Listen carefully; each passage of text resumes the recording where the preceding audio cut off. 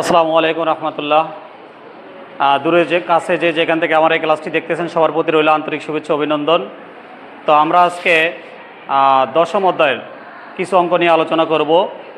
সর্বপ্রথম অঙ্কটি দেখো, এখানে 12 নম্বর অঙ্ক। 12 নম্বর অঙ্কতে বলা হয়েছিল একটি দেওয়ালের সাথে একটা মই ঠেক দিয়ে রাখা আছে এবং মইয়ের উন্নতি কোণ 45 ডিগ্রি, দেয়ালের উচ্চতা নির্ণয় করো। তাহলে আমরা যে কাজটা করব, একটা সমকোণী ত্রিভুজের মাধ্যমে সেটা দেখাবো। তাহলে এ বি একটা কি দিলাম, দেওয়াল। এখন যখন আমরা ধরো এটা যদি আমরা আমাদের সাপোজ এটা একটা দেওয়াল থাকে, তখন আমরা কিন্তু মইটা এইভাবে রাখি, এই যে, আর এখানে তো দেখানো যাবে না। যদি তোমার সাপোজ এইটারে তুমি দেওয়াল ধরো, এই ঠিক আছে, একটা কলম দিয়ে দেখাই, যদি তুমি এটারে দেওয়াল ধরো, এই দেওয়ালের সাথে মই তো এইভাবে রাখতে পারবো না, পুড়ে যাবে। মইটা রাখতে হয় কিভাবে, এইভাবে। তাহলে আমি এ বি ধরলাম কি দেওয়াল, এই দেওয়ালটার সাথে এখানে এসি একটা মই ঠেস দিয়ে রাখা হলো, ঠিক আছে। এখন মইয়ের দৈর্ঘ্য দেওয়া ছিল 18, তাহলে আমি মইয়ের দৈর্ঘ্য 18 দিলাম। আর দেওয়ালের উচ্চতা বের করতে বলছে, এই জন্য আমাদের দেওয়ালের উচ্চতা আমি ধরলাম কি এক্স।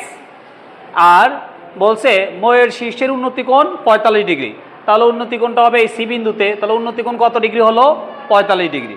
এখন আমার এখান থেকে বলছে দেওয়ালের উচ্চতা বের করার জন্য, যেটা বের করতে বলবে সেটা আমার কি করতে হবে, ধরতে হবে।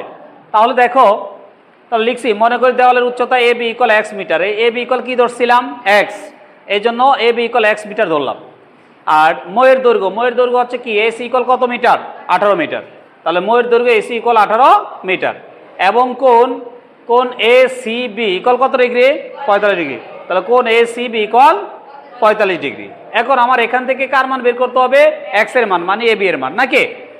তাহলে আমার এই কোণের সাপেক্ষে এটা হচ্ছে কি লম্ব, যেহেতু সূক্ষ্মকোণের বিপরীত বাহুকে কি বলে, লম্ব বলে। তাহলে আমার এটা হচ্ছে কি লম্ব, এটা হচ্ছে লম্ব। আর এই সমকোণের বিপরীত বাহুকে কি বলে, অতিভুজ। তাহলে এটা হলো আমার অতিভুজ। তাহলে লম্ব আর অতিভুজ নিয়ে আমার কাজ করতে হবে। তো লম্ব আর অতিভুজ কার সূত্র, সাইনের সূত্র। লম্ব আর অতিভুজ কার সূত্র, সাইনের সূত্র। এই জন্য আমরা লিখতে পারি, তাহলে এটার নাম হচ্ছে কি ত্রিভুজ এ বি সি। তাহলে লিখছি ত্রিভুজ এ বি সি হতে পাই। তাহলে সাইন সূত্র, থিটা বলতে এখানে কত ডিগ্রি, 45 ডিগ্রি। তাহলে সাইন 45 ডিগ্রি মানে হচ্ছে সাইন থিটা ইকুয়াল সূত্র কি, লম্ব বাই অতিভুজ। আমার লম্ব হচ্ছে কি এ বি, অতিভুজ হচ্ছে কি এসি। তাহলে এ বি বাই এসি।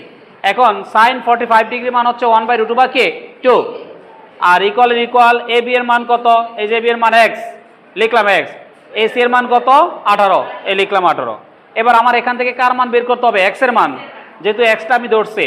তাহলে আর গুণ করো, এই এক্স দিয়ে √2 গুণ করলে √2 এক্স হবে, আর ইকুয়ালের ইকুয়াল, আর 1 আর 18 গুণ করলে কত হবে, 18।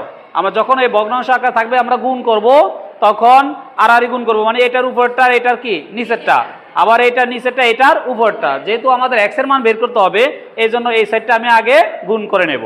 তাহলে √2 দিয়ে এক্স এর গুণ করলে √2x ইকুয়াল 18 দিয়ে 1 এর গুণ করলে 18।